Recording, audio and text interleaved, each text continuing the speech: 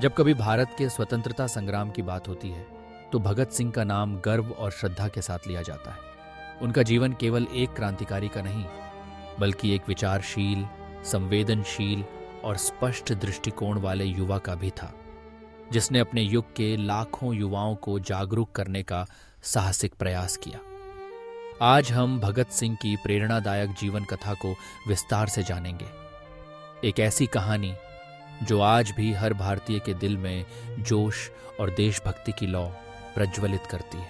28 सितंबर 1907 की सुबह पंजाब के एक छोटे से गांव बंगा में जन्मे भगत सिंह का परिवार पहले से ही देशभक्ति की मिसाल था। उनके पिता सरदार किशन सिंह और चाचा अजीत सिंह स्वयं स्वतंत्रता आंदोलन में सक्रिय थे। ऐसे माहौल में पले बढ़े भगत सिंह के लिए देश प्रेम कोई नया भाव नहीं था, बल्कि उनके रक्त में ही क्रांति की चिंगारी थी। बचपन से ही उन्होंने माता पिता और परिवार के अन्य सदस्यों से देश के लिए समर्पण, बलिदान और संघर्ष की कहानियां सुनी। यही किस्से उनके भीतर आज़ादी के लिए कुछ कर गुजरने की ललक को दृढ़ करते गए। बाल्यकाल में ही भगत सिंह का मन देश की स्थिति पर गंभीरता से सोचने लगा था।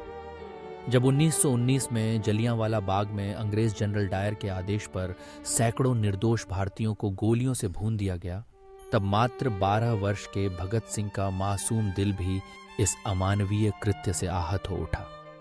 उन्होंने उसी समय प्रण किया कि वे स्वतंत्र भारत के निर्माण के लिए अपना सर्वस्व समर्पित कर देंगे। जलियांवाला बाग की मिट्टी को चुपचाप अपने झोले में भरकर घर लौटने वाले उस छोटे लड़के की आंखों में आंसू थे, लेकिन भीतर गुस्से की ज्वाला भी थी।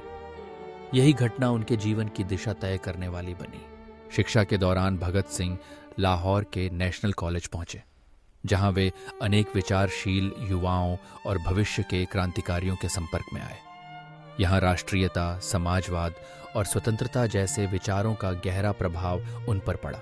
वे पुस्तकालय में बैठकर दुनिया भर की क्रांतिकारी आंदोलनों, समाजवाद, मानवाधिकार और स्वतंत्रता आंदोलनों का गहन अध्ययन करने लगे।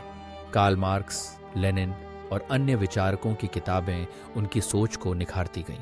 उन्होंने पढ़ाई के साथ साथ नाटक और लेखन में भी रुचि दिखाई, ताकि युवाओं को जागरूक कर सकें।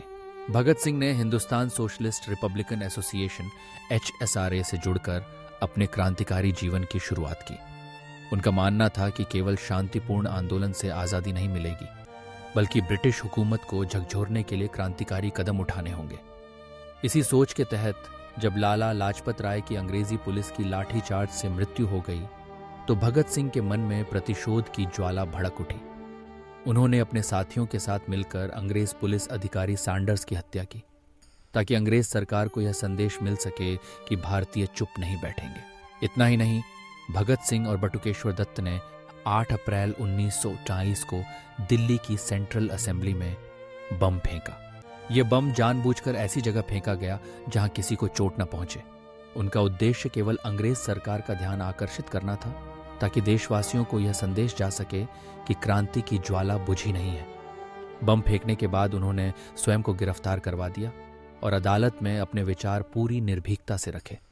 उनका नारा इनकलाब जिंदाबाद पूरे भारत में गूंज उठा। जेल में भगत सिंह का जीवन भी साहस और आदर्शों की मिसाल बना।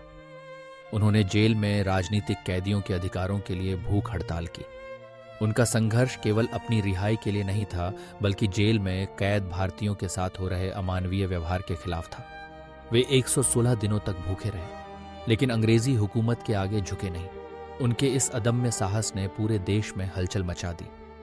लोग भगत सिंह को शहीद-ए-आजम कहकर सम्मानित करने लगे। आखिरकार 23 मार्च 1931 की रात आई। भगत सिंह, राजगुरु और सुखदेव को फांसी की सजा सुनाई गई थी। वे मात्र 23 वर्ष के थे। इतनी कम उम्र में इतनी बड़ी सोच, इतना बड़ा बलिदान। फांसी के समय भी वे मुस्कुरा रहे थे और इनकलाब जिंदाबाद, साम्राज्यवाद मुर्दाबाद के नारे गूंज रहे थे। उनके इस साहसिक बलिदान ने पूरे देश को झकझोर दिया।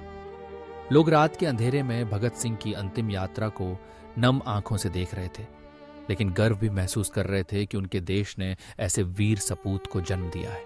भगत सिंह केवल क्रांतिकारी नहीं, बल्कि एक गंभीर विचारक और लेखक भी थे। जेल में और बाहर रहते हुए उन्होंने अनेक लेख लिखे, जिनमें समाजवाद, स्वतंत्रता, समानता और न्याय जैसे विषयों पर विचार प्रस्तुत किए। उनका मानना था कि असली स्वतंत्रता तब मिलेगी जब समाज में कोई भेदभाव न रहे, सबको समान अधिकार मिले और शोषण का अंत हो।